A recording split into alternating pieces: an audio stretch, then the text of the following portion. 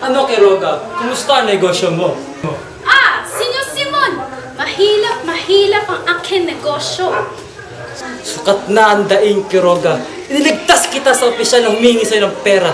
Pinautang ko sila upang hindi ka magabagin. Hello, Senyor Simon! Marami pa ang mautang sa akin, hindi para papayat. Wala rin resibo binigay sa akin, kaya di ko na din sila masingil. Kung gayoy, ilapit mo na sila sa akin. Halika sa silid tayo mag-usap. Kailangan ko may pasok ang ilang kaunang baril at itago sa kamali. Anong iyon, Senyor Simon? Hindi ka manganganig bahagyaman. Ang mga baril ay unti-unti ipapasok sa mga bahay-bahay. At pagkatapos ay gagawin ang isang paghalugog at marami makukulong sa bilangguan. Ngayon, ikaw at ako makikinabang na malaki sa pagsisikap na mapalaya ang mga bilanggo. Nauunawaan mo ba ako, Quiroga? O siya. Basta huli malamig tao, ha? Senyor Simon, utos likisa, ha?